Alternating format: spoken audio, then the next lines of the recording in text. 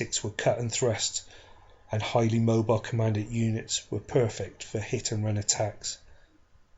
British generals used to massive set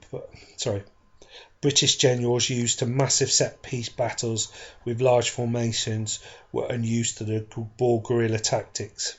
Heavily dug defences meant it was near impossible for regimental direct assaults. Devastating fire from Boer defenders would inflict heavy losses on the approaching British forces. When the British positions became threatened, they would just move to the next pre-arranged defences position, a highly mobile force at its best. As the conflict ground on, the British had to learn quickly how to fight a modern war.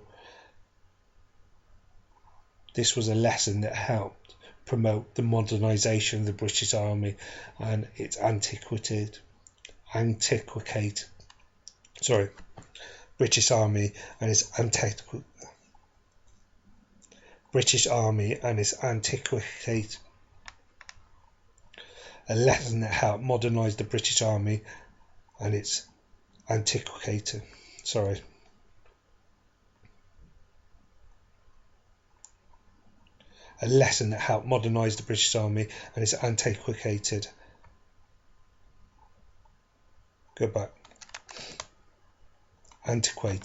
Right. A lesson that helped modernise the British Army and its antiquated thinking and practices. So we just finished another chapter, so again some sort of sound effect.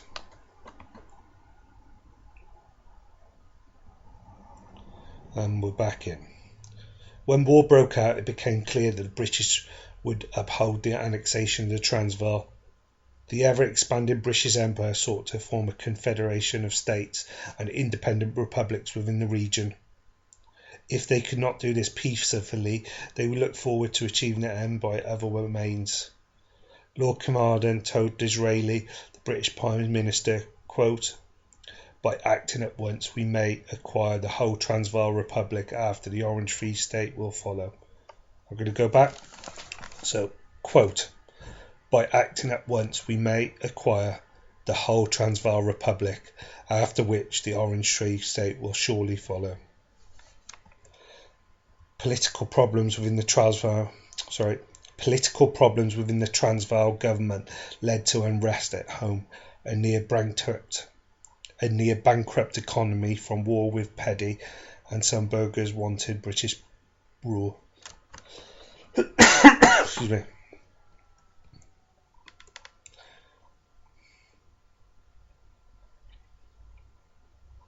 I'm going to go back on that one.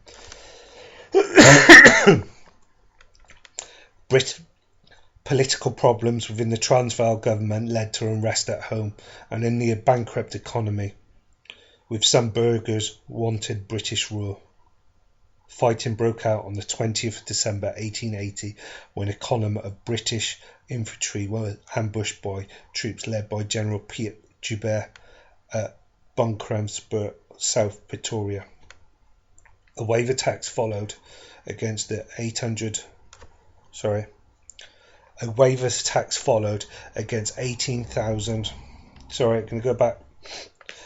of attacks followed against 1,800 British troops scattered over the Transvaal in small forts. None of the forts were captured. Major General Sir George Colley, who had recently succeeded 1st Viscount Wolseley, who incidentally was the inspiration for the General in Pirates of Penzance, of the Governor of Natal. I'm going to go back. Major General Sir George Colley, who was the inspiration for the General in the Pirates of Penzance musical, had recently... No, that's wrong. Going back. So Major General George Colley, who had recently succeeded the 1st Viscount of Wolseley as Governor of Natal, was also responsible for the Transvaal. Viscount Wolseley was the inspiration for the General in the Pirates of Penzance musical. Colley was given conflicting orders, and a negotiated peace was enforced while reinforcement A negotiated peace was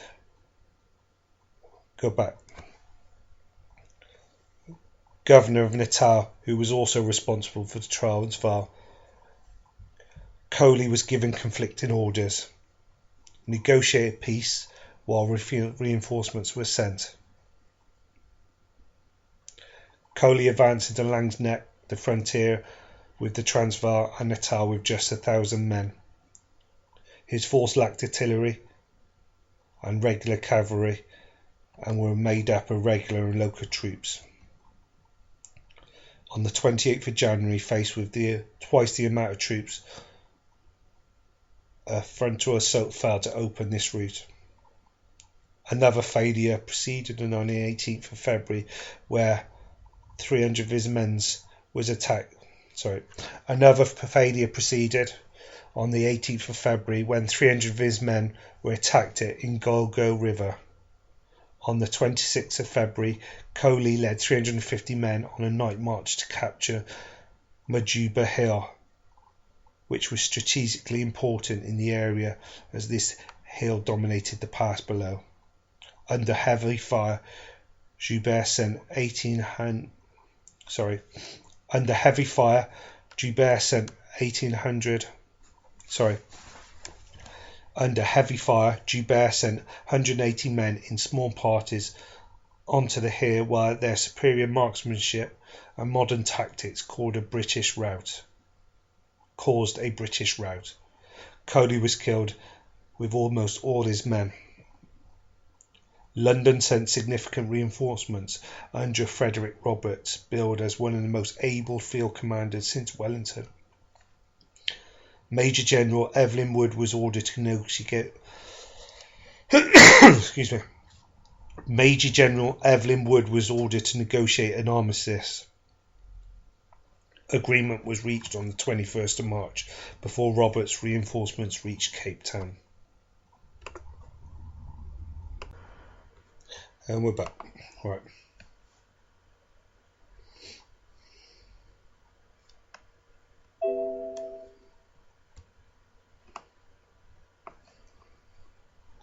Peace was officially sealed with the Pretoria Convention in August, which restored the Transvaal independence with British sovereignty. This was removed in the London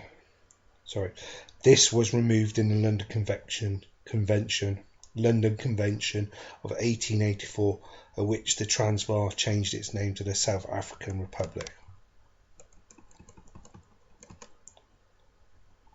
The 29th of December 1895 to the 2nd of January 1896 was a raid carried out by Dr. Leander Starr Jameson, a British colonial statesman,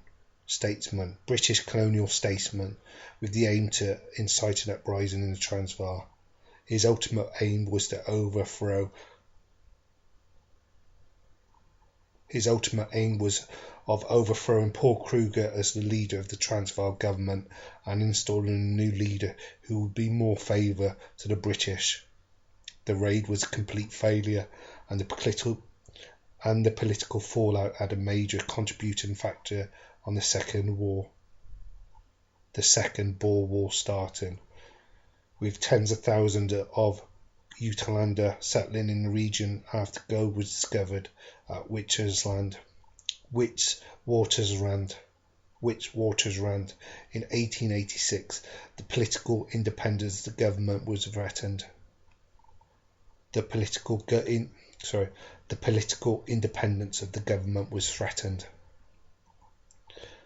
With the local government relying heavily on the revenue generated by the gold mines, the Uitlander population was consistently refused the franchise rights. The Uitlanders was consistently refused the franchise rights. They were further incensed when the qualifying period for citizenship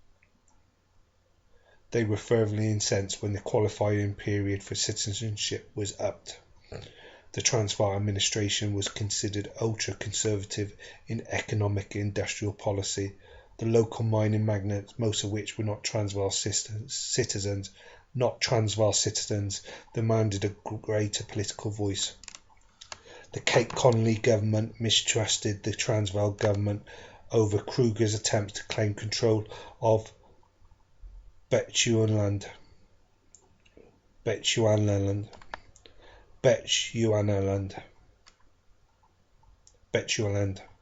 which contravened the 1884 London Convention. As a result, the region was declared a British protectorate. Dr. Jameson first arrived in South Africa in 1878, lured by diamonds discovered in Kimberley. He was a close friend of Cecil Rhodes, who was one of the founders of the De Beer Mining Company. Rhodes would go on to become Prime Minister of the Cape Colony. An ardent believer in British colonisation, he would create the state of Rhodesia, which would later be renamed Zimbabwe. In 1889, Rhodes would form the British South African Company. The company would be given a royal charter. With Jameson acting as emissary, Rhodes sent a pioneer column into Mashonaland, now northern Zimbabwe, into Matabeleland, New South West Zimbabwe, and into Matabeleland, now southwest Zimbabwe, and parts of Botswana. Jameson was installed as administrator for both regions. In 1895, Jameson was commissioned by Rhodes to lead a force of 600 mounted men into Transvaal to support an expected Uitlander uprising in Johannesburg. The force comprised of 400 Matabeleland mounted police, 200 volunteers, and 6 Maxim guns with 3 light artillery pieces. The hoped uprising by the Uitlanders failed to happen, and Jameson's forces were confronted on January 1st, 1896 by a number of Transvaal soldiers, blocking a road across the intended route to Johannesburg. As night fell, Jameson withdrew his troops with the aim of outflanking the blocking force. Small skirmishes broke out, and Jameson's plan to outflank the Boer force became impossible. Jameson was forced to surrender, along with 600 men, 20 kilometres west from Johannesburg at Doornkop on January 2nd, 1896. The Uitlander ringleaders and Jameson were handed back to the British authorities in Cape to be transported back to Great Britain for trial in London.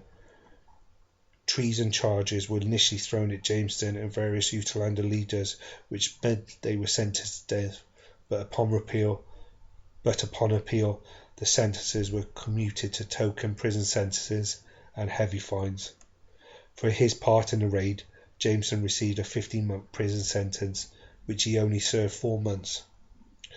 The British South African Company was required to pay £1 million in compensation to the Transvaal government. The aftermath of the Jameson raids The aftermath of the Jameson raid saw the international community sympathise with the Transvaal government. Paul Kruger, the leader of the Transvaal government, achieved re-election in 1896 against a fierce rival Piet Joubert. Kruger's political standing was bolstered by the Jameson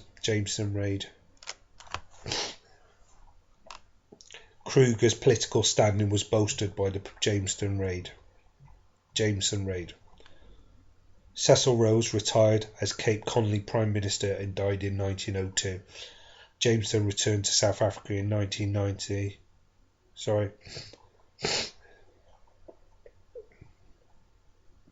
Cecil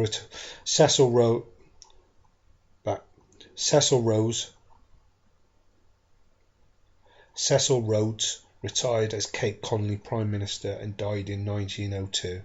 Jameson returned to South Africa in 1900 and in 1902 took the leadership of the Progression Party. He was elected Prime Minister of Cape Colony in